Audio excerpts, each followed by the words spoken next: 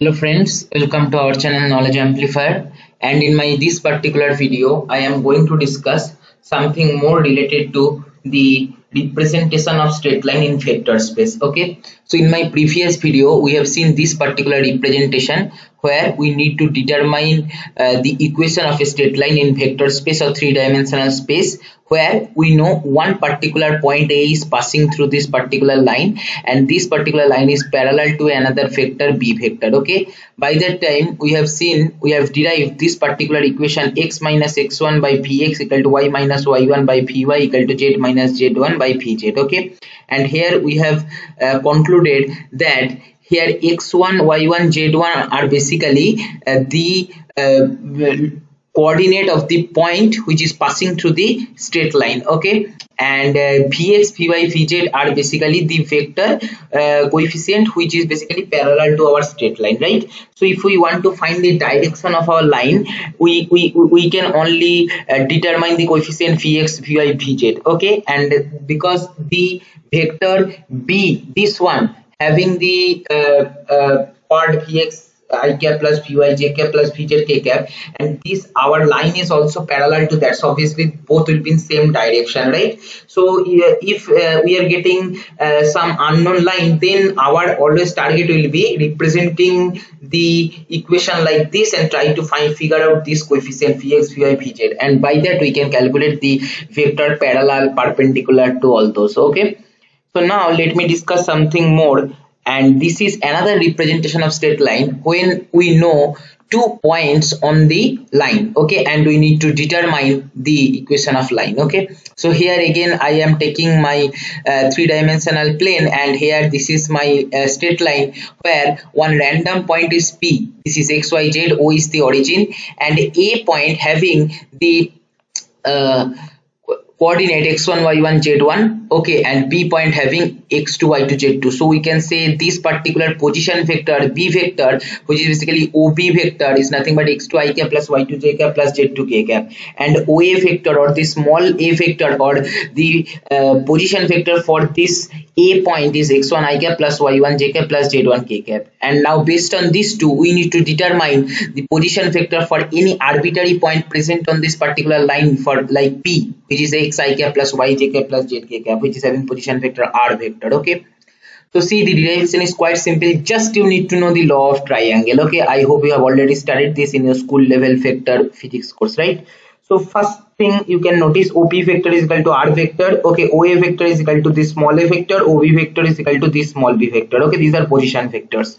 Now you just see AP. Okay, vector AP and AB are basically superimposed on each other. Okay, so we can say AP vector is equal to lambda into AB vector, just direction will be same, just some the magnitude parts will change, right? So we can represent that with some constant lambda, like here we have denoted, right? See here this particular AP vector is basically parallel to B vector, then we have represented AP vector is equal to lambda B vector, right? And how this came also I have told you. So if we know B vector and we want to determine mathematical equation for one parallel vector with respect to that, then we can just multiply lambda one parameter with that, and that will be our result. Okay, that's what we are doing here. Okay, so AP vector is equal to lambda AB vector because AP vector is on the AB vector. Okay, now what is OP vector? Okay, OP vector is nothing but this R vector, and if you just apply law of triangle, you will be getting this small a vector or OA vector plus AP vector is equal to OP vector, right? That's what here it is written, OA vector plus AP vector is equal to OP vector. Okay, and then you can just rearrange OP vector minus OA vector is equal to AP vector, right? And AP vector is equal to what? AP vector is equal to lambda into AB vector. So we can write OP vector minus OA vector is equal to lambda into AB vector, right? Now what is AB vector?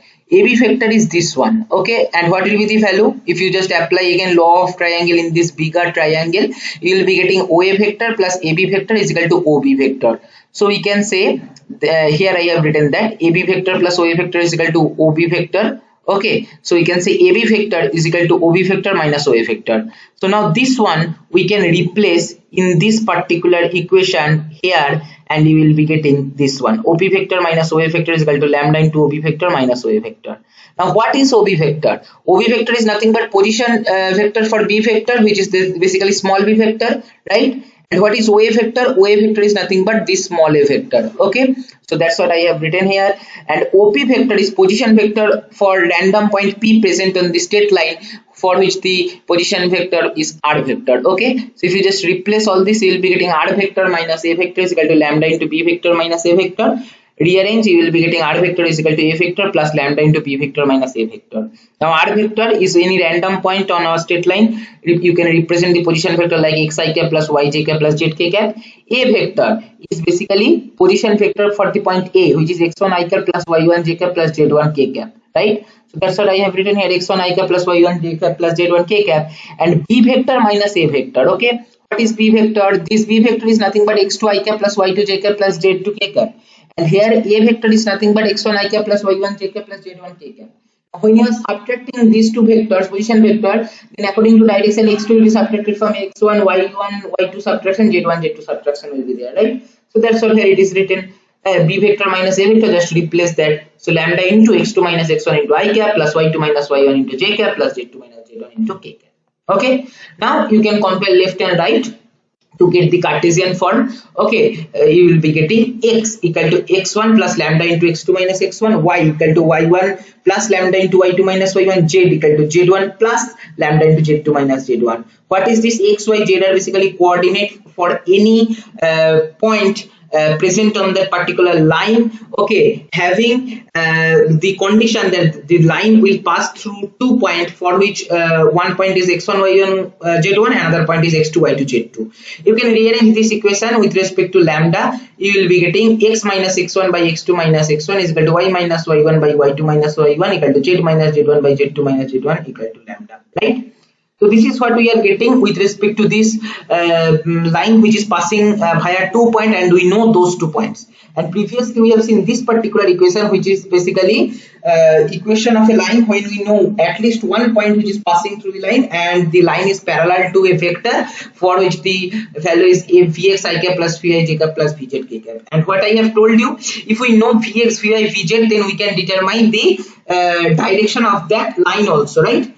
And here you can see that these two equations, if you just compare, Vx can be represented like x2 minus x1, Vy can be represented like y2 minus y1, and Vz can be represented like z2 minus z1. Okay, so that is nothing but we have to determine 2 points which is passing via the line, and that subtraction result with respect to coordinates can give us the idea about the direction of the line. Okay, that's what I want to say. Okay, so I hope this particular representation of straight line in vector space is clear to you, and in my next particular video I will be showing you how this is related to SVM. Obviously these concepts are required to understand. Okay, I can skip this and directly take the result and show you, but the problem is that it will be hard to understand or get the feeling. Okay, so for this reason I am showing you the derivation. Okay, so the conclusion what we have got in this particular video is very important.